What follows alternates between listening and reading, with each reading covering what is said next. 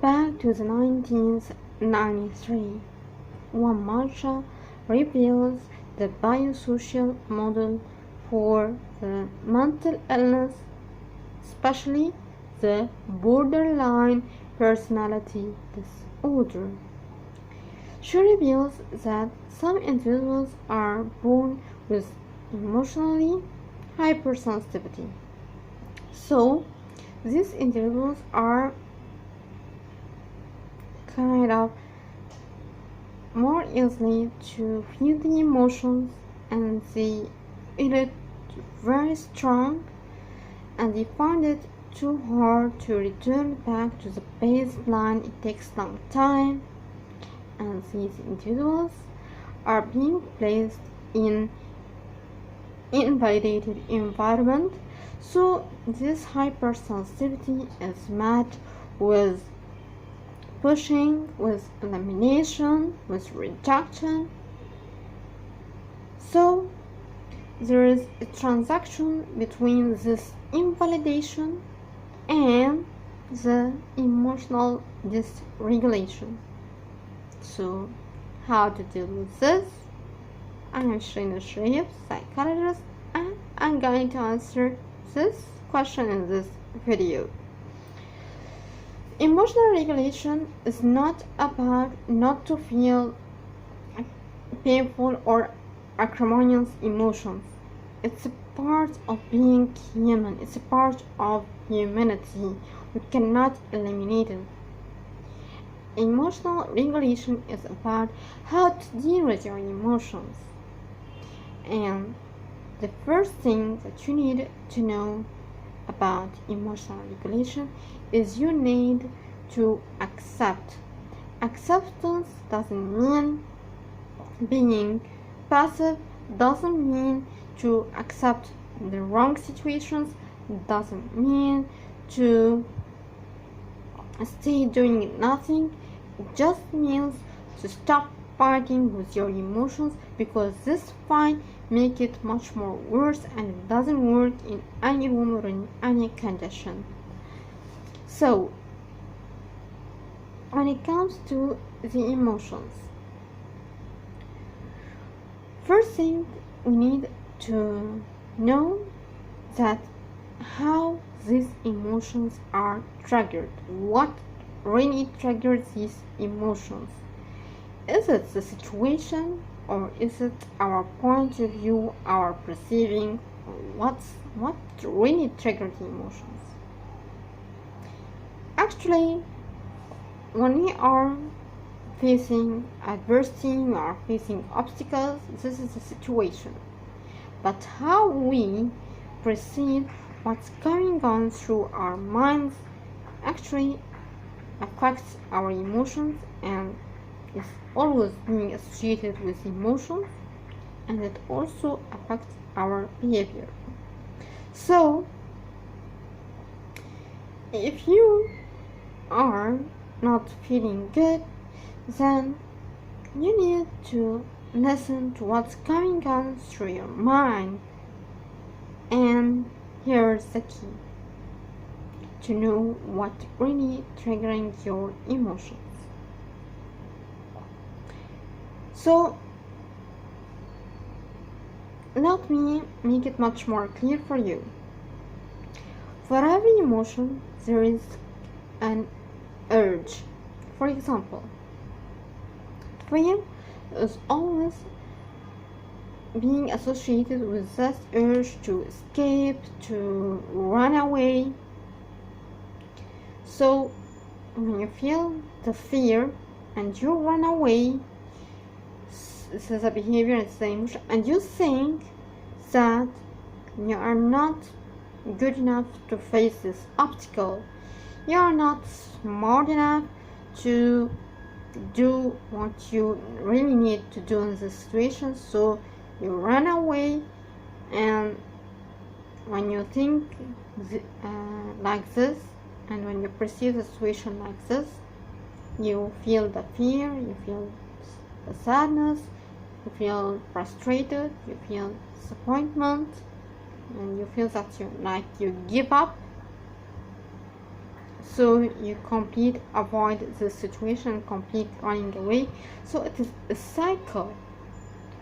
When we want to break this cycle, first thing is that we need to do opposite to what is the emotional urge. So if we feel the fear and we accept that and it's okay for us, and we know that it's associated with this urge to run away, we need to keep doing what we are afraid of. If we feel the anger, and the anger is associated with this urge to judge others, to judge situations, to be savage, we avoid judgment. We just deliver what we are, our story, without any judgment, without any labels, like this is bad, this is dumb, this is obnoxious. All of these words is just labels or the judgment that it's coming out of our interruption, and it doesn't really exist. It just, we can say that I was facing a situation, and the situation was about 1, 2, 3, and I think that this is obnoxious. This is here I avoid the judgment. I say what happened, genuinely, honestly, and I avoid any judgments, any labels, and be gentle. It's always in anger is being associated with the urge to yell, to be savage. Be gentle first with yourself, then with the others. If you feel give up, if you feel frustrated, you are avoiding trying again, you feel this and you have this urge, try even more, harder and harder, so you will reach what you want to do. So when we try harder and harder, we start to think that one day I will reach, I know I can do it. So these thoughts will be associated with the feelings of happiness, with the feeling of hope, with the feeling of optimism. And second thing we need to do when it comes to acrimonious, when we are facing or we are having this emotional pain, this acrimonious, we need to check the facts by asking ourselves 3 questions. What triggered my emotions? What the situation, what happened, and how I perceive it, how I think about it, and do my emotions and their intensity are matching with what really is the situation or the assumption. For an example, if you are having the exam, so this is a situation which triggers an anxiety. How you interrupt it? You maybe perceive it that it is gonna be a difficult exam, that you won't do well in this exam, that's gonna be obnoxious, it's not going to be good, so you feel too much anxiety. But here's the question: this anxiety is matching the real situation or the thoughts in your mind? Maybe it's just matching the thoughts, which maybe they are true, maybe they are not, maybe they are true with 60%, 70%, they are not 100% true. And last thing we need to do to regulate our emotions is ABC tip. What's ABC tip? A, to accumulate positive emotions. Do the things which makes you feel happy, makes you feel good. For example, read a new book, but when you read, be unmindful of the words. Don't keep thinking, when's this book gonna end? And when's this book going to end? What am I going to do? What's waiting? What's going to happen? To happen tomorrow? Maybe there's something bad. Just be present and mindful about the moment, this moment only. And also, stop thinking about whether it deserves or not. Sometimes when we are doing things that we enjoy or we are practicing our hobbies, we think that does it deserve, is it really worthless or not? Do whatever makes you happy, accumulate positive emotions, and be fulfilled in mastery. Do the things that create for you the sense of accomplishment, the sense of achievement, that you know that this is achievements you are proud of, even if they are small achievements. But small achievements one day can lead to great achievements. Last thing is to cope. C for cope. Try to find the most effective response. For example,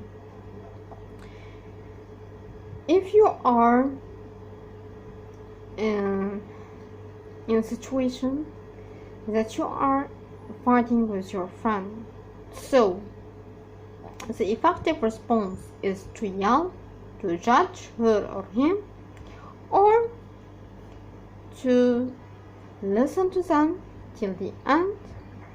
Try to understand what they are thinking, how they feel, what's going on with them, and try to express empathy. What is the more effective response?